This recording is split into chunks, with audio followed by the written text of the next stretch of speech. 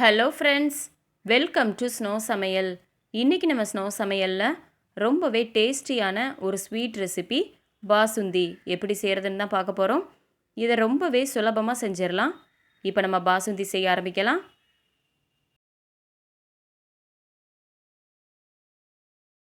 பாசுந்தி செய்கிறதுக்கு நான் 750 ml அளவுக்கு பால் சேர்த்துருக்கேன். பாலில் தண்ணி சேர்த்துருக்கக்கூடாது, நல்லா கெட்டியாக இருக்கணும். அப்போனா தான் பாசுந்தி நல்லா திக்காக இருக்கும். பால் நல்லா கொதித்து பொங்கி வர வரைக்கும் ஸ்டவ்வை ஹை ஃப்ளேமில் வச்சுக்கோங்க. இப்போ பால் நல்லா கொதித்து பொங்கி வருது. இப்போ ஸ்டவ்வை லோ ஃப்ளேமில் வச்சுட்டு தேவையான அளவுக்கு நட்ஸ் சேர்த்துக்கலாம். 2 டேபிள் ஸ்பூன் அளவுக்கு பாதாம், 2 டேபிள் ஸ்பூன் அளவுக்கு பிஸ்தா, 2 டேபிள் ஸ்பூன் அளவுக்கு முந்திரி பருப்பு. இது எல்லாத்தையும் சேர்த்துட்டு நல்லா கலந்து விட்டுருங்க. எல்லா நட்ஸையும் சின்ன சின்ன பீசஸாக கட் பண்ணி சேர்த்துருக்கேன். பாலை கலந்து விடும்போது அதோட ஓரங்கள்லையும் எடுத்து விட்டுட்டே இருங்க. நீங்கள் எந்த அளவுக்கு பால் எடுக்கிறீங்களோ அதுக்கு தேவையான அளவுக்கு நட்ஸ் சேர்த்துக்கோங்க. முடிஞ்ச அளவுக்கு இதை நான்ஸ்டிக் கடாயில் செய்ய பாருங்கள். அப்படின்னா தான் இது கீழே அடிப்பிடிக்காமல் இருக்கும். ஓரங்கள்லையும் எடுத்து விடுறதுக்கு கொஞ்சம் ஈஸியாக இருக்கும். இப்போ இதில் தேவையான அளவுக்கு சுகர் சேர்த்துக்கலாம். நான் 1/4 கப் அளவுக்கு சுகர் சேர்த்துருக்கேன். உங்கள் தேவைக்கு ஏற்ற மாதிரி கூடவோ குறையவோ சேர்த்துக்கலாம். சுகர் சேர்த்துட்டு நல்லா கலந்து விட்டுருங்க. ஸ்டவ்வை லோ ஃப்ளேம்லேயே வச்சுக்கோங்க. பால் கொஞ்சம் கொஞ்சமாக கெட்டியாக ஆரம்பிக்கும். மேலே ஆடை மாதிரி படிஞ்சிருக்கும். அதையும் சேர்த்துட்டு நல்லா கலந்து விட்டுட்டே இருங்க.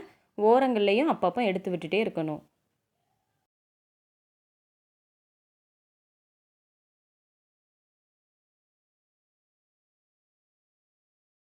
நீங்கள் நட்ஸ் அதிகமாக சேர்க்கணுன்னு ஆசைப்பட்டீங்கன்னா இன்னும் கொஞ்சம் சேர்த்துக்கலாம், நல்லாயிருக்கும். பால் கொஞ்சம் கொஞ்சமாக கெட்டியாகும்போது மேலே ஆடை மாதிரி படிஞ்சிருக்கும். அதையும் சேர்த்துட்டு நல்லா கலந்து விட்டுட்டே இருங்க.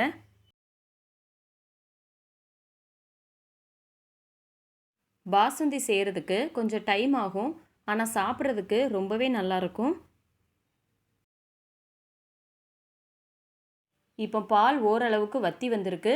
இந்த ஸ்டேஜில் வாசனைக்காக 2 ஏலக்காவை இடித்து சேர்த்துக்கலாம்.